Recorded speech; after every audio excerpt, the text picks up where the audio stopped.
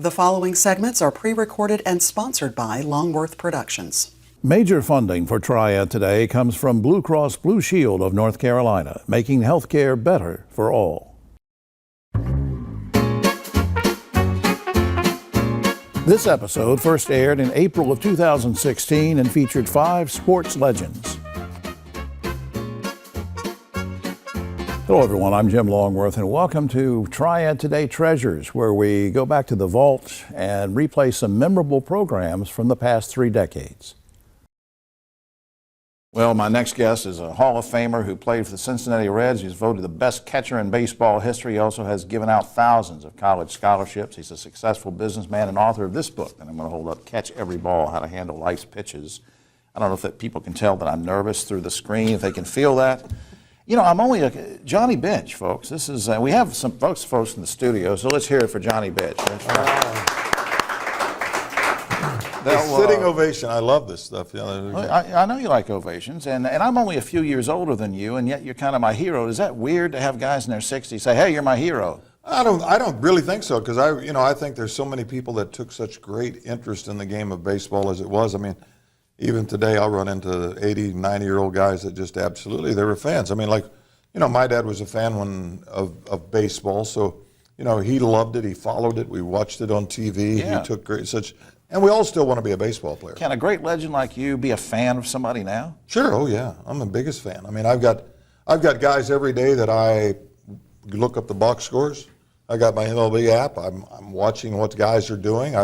We have the Johnny Bench Award, which is the college catcher of the year, and so all these kids have gone through the award ceremony. There's 3 finalists every year, so. We've got 14 or 15 catchers in the major leagues right now. So it's for me, I pull for them every day. So you're a fan of them? Of course, yeah. And then I watch Trout, and I watch Stanton, and I watch people, and I watch to see.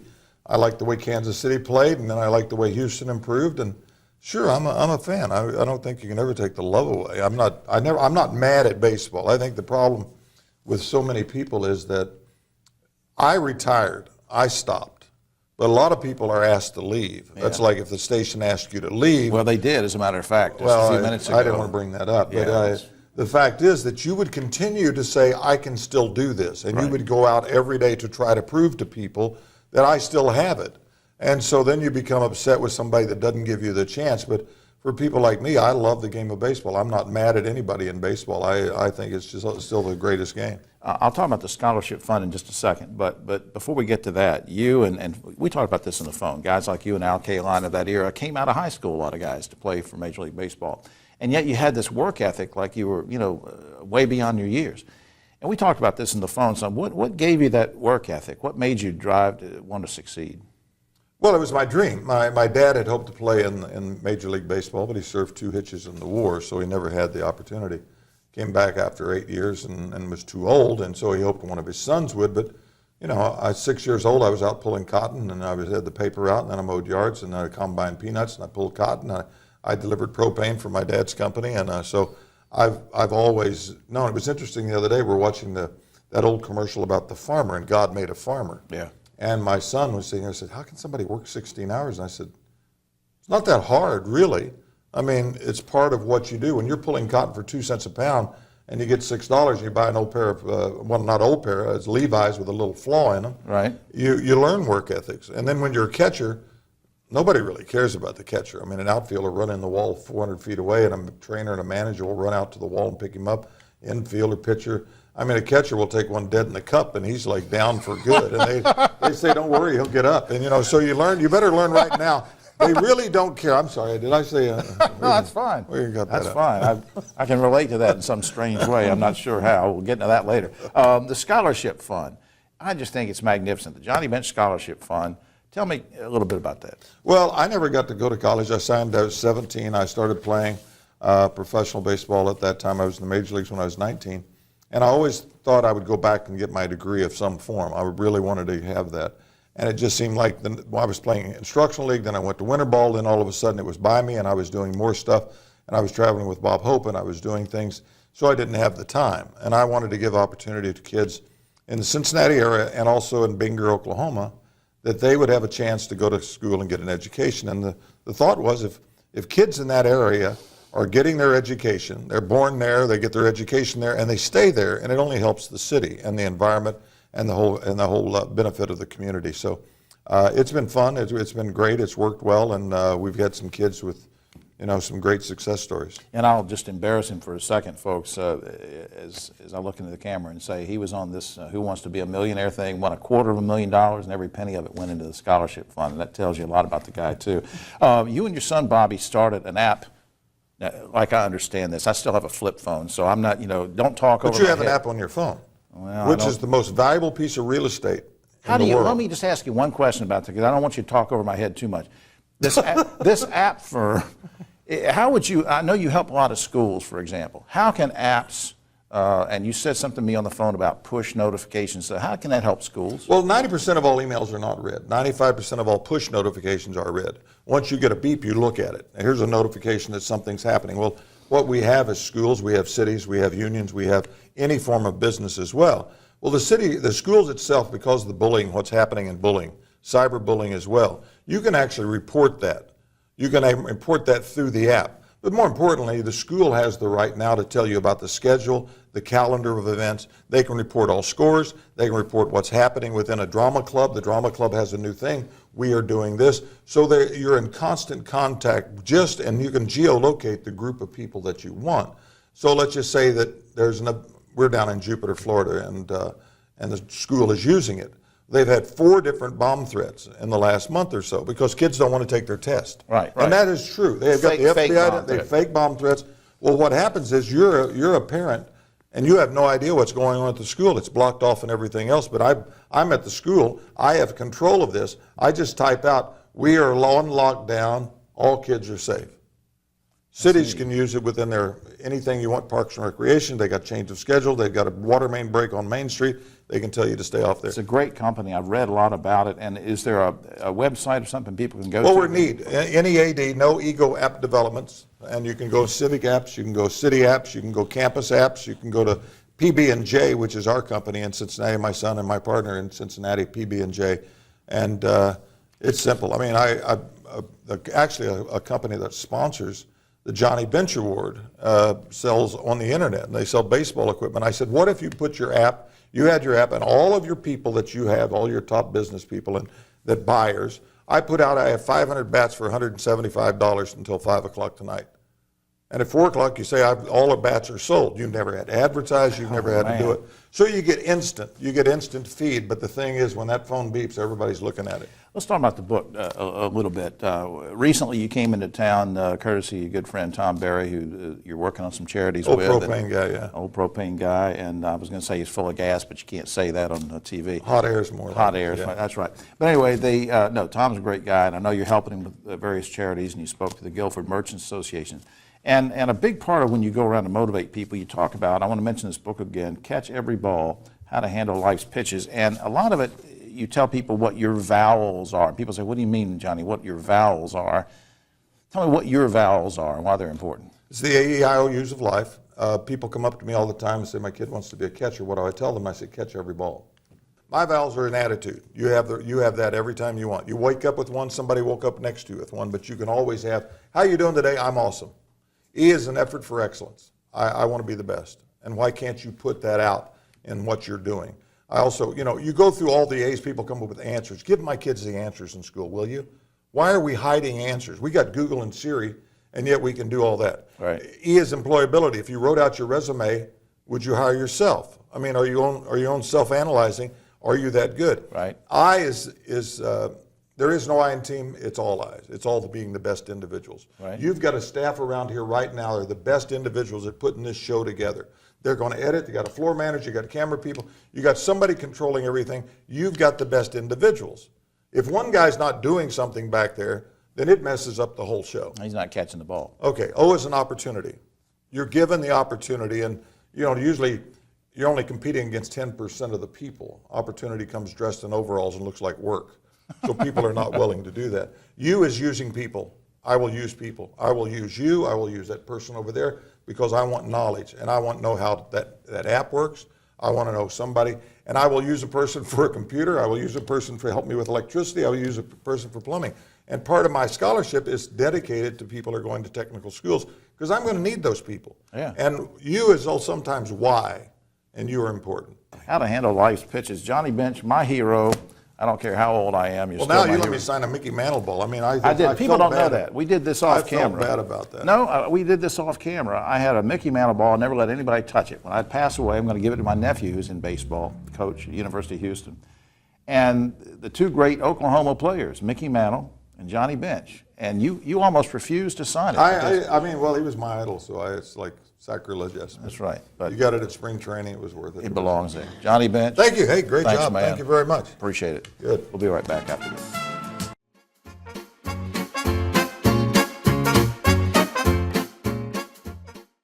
I got free meals. What do you mean? No, seriously, how much did you pay us? I didn't pay anything. I learned how to cook all of these fresh foods that were delivered to my house. Everything in that grocery bag that's fresh, I had a recipe for it, and I know how to cook. It encouraged us to eat better, to shop better, make better decisions.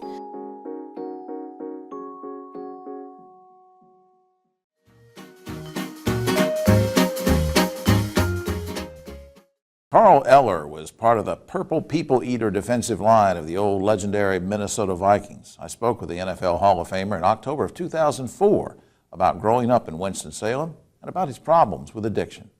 Now, when you went to Atkins High School, it was all black. All That's black. true, yes. Okay, now, here's the question. Was there anything good? Was there anything bad? What was good about segregated schools? What was bad about segregated schools? Well, it's hard to answer that question because I only know one side.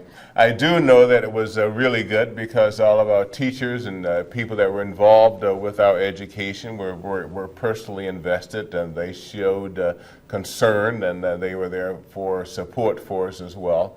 And to the athletic teams, you know, we had the same kind of a camaraderie, was togetherness. So you enjoyed that. That was, I think, the positive kinds of things.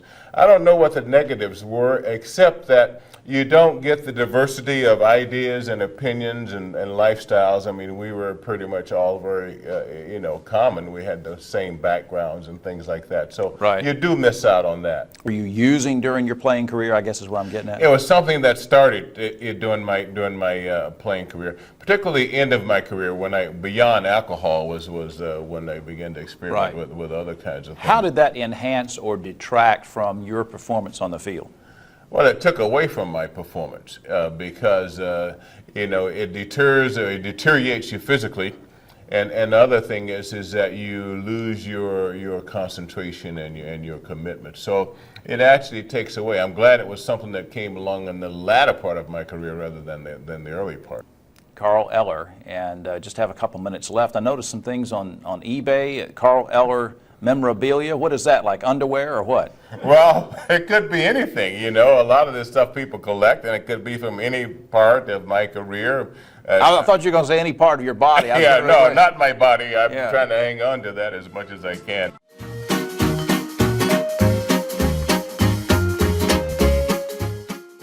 At Sutton Brothers, we're confident we can help you solve your heating, cooling, plumbing, and electrical needs. So confident that we'll fix it or it's free. Our highly trained technicians will diagnose your problem and fix it with either a repair or replacement. And if we can't fix it, you won't pay the trip fee. So the next time you have a problem, call us. We'll make sure you're completely satisfied. Guaranteed. Call Sutton Brothers today and be confident things will be done right. Schedule online at suttonbros.com. Major funding for Triad Today comes from Blue Cross Blue Shield of North Carolina, making health care better for all.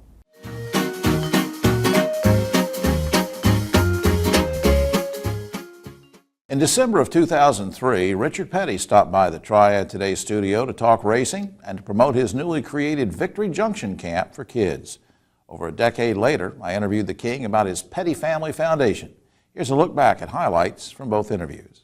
Humpy Wheeler said not too long ago, and for those at home that don't know, the great owner of the Lowe's Motor Speedway, he was interviewed on a little radio show. It didn't really catch the news or anything, but he said that somebody said, Humpy, what should we do to improve NASCAR? He said, well, one thing I'd like to see is to slow these cars down.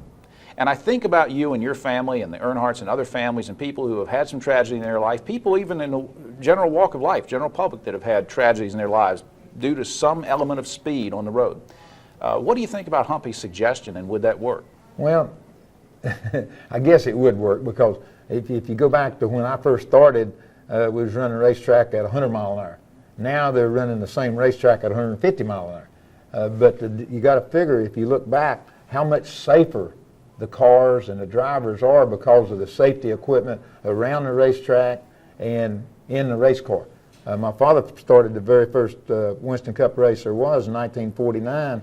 He had a helmet and a seatbelt. That was the only, I mean, it was a stock car. Yeah. They didn't even bolt the doors shut. Right. And then first thing you know, they turned something over and the doors come off, so they started bolting them, and then the wheels come off, and they just kept improving and making safeties. Then in 1953, my father came with a Dodge that had without a post in it, like a hardtop Right, convertible. right. He put a roll bar in it. They was about not letting him run. But then they finally said, okay, we need a post. So that was the first roll bar. So then somebody said, well, we need a little bit more bar, a little bit more of Right. this. And today the cars are pretty safe. You think they're safe? Well, All right. nothing is ever safe. Right. You know what I mean? I mean, John Glenn fell in the bathtub after going around the world.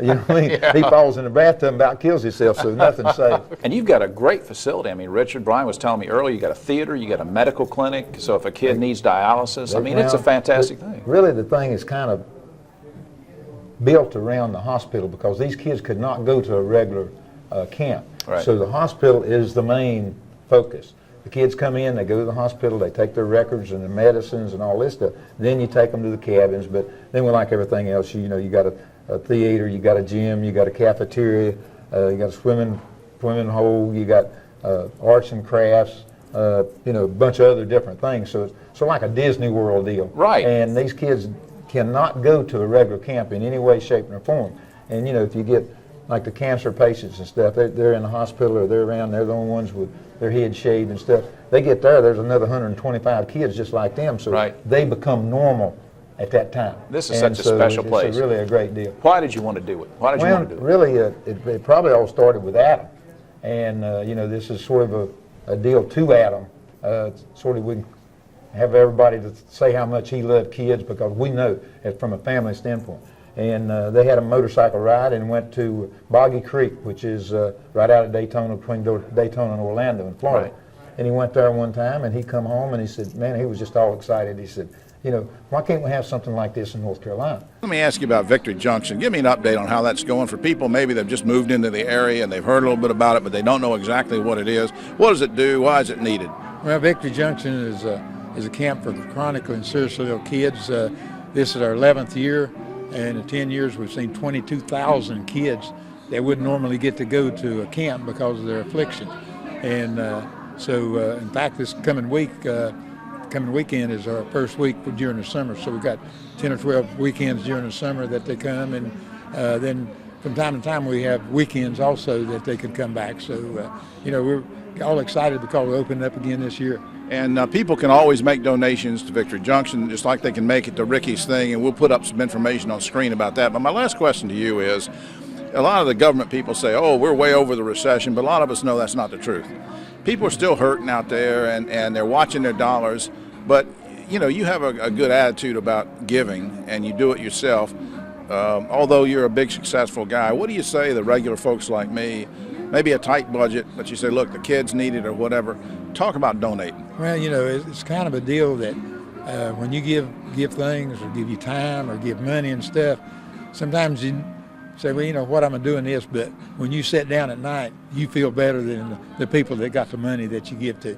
Yeah. So I think it's a self-satisfaction deal, and everybody's always got a little bit of something that they could give away. They can do away with not smoking or not drinking a little bit or whatever they do, not going to a movie, whatever it may be. And, charity night right now is really tough. And so I think all of them, if $1 here, $1 there, it adds up quick. I'm going to tell a tale on you real quick because I know you got to get back inside. But everybody thinks, since he's the king, that he's the boss of the world. But I happen to know he's got 3 daughters. Is that 3 bosses? That's 3 bosses. And you think, It used to be bad enough trying to get by with one. Now I got 3 of them taking care of me. That's tough, Eddie. Richard Petty, thanks for all you do for everybody. Thank you, man. I am so Why can no one help you? Waiting this is a work. Healthcare is broken. At Blue Cross and Blue Shield of North Carolina, we get it. Really? Really. That's why we're making healthcare better for all. Starting with you. Yes, you, Daryl. We're making plans easier to navigate by putting your benefits, prescriptions, and details all in one place. Convinced? No. But it's a start. We'll take it. Blue Cross North Carolina. Making healthcare better for all. Starting with you.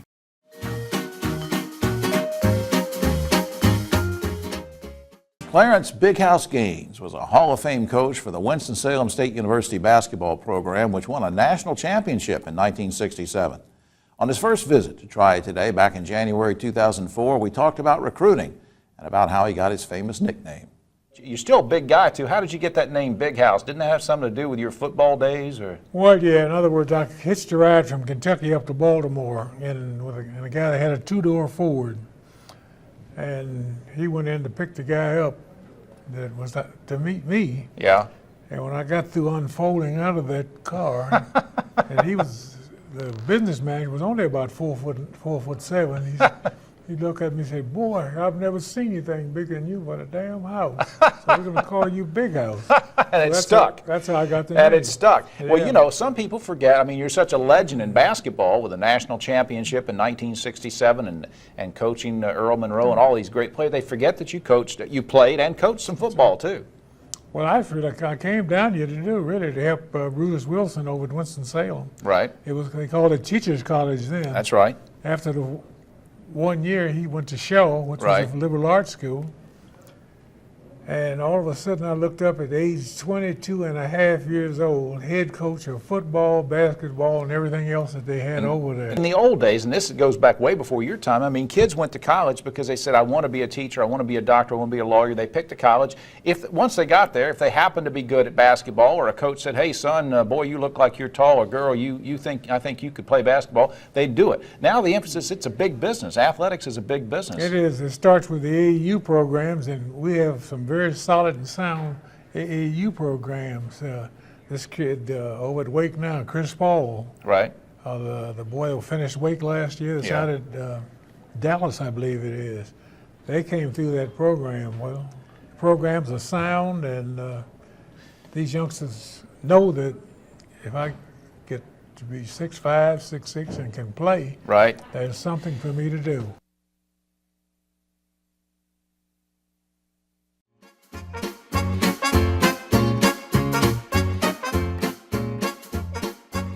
Hi, I'm Jim Longworth, reminding you that Triad Today also airs on GTN Spectrum Channel 13 and streams on WFMY Plus, free on Roku and Amazon Fire.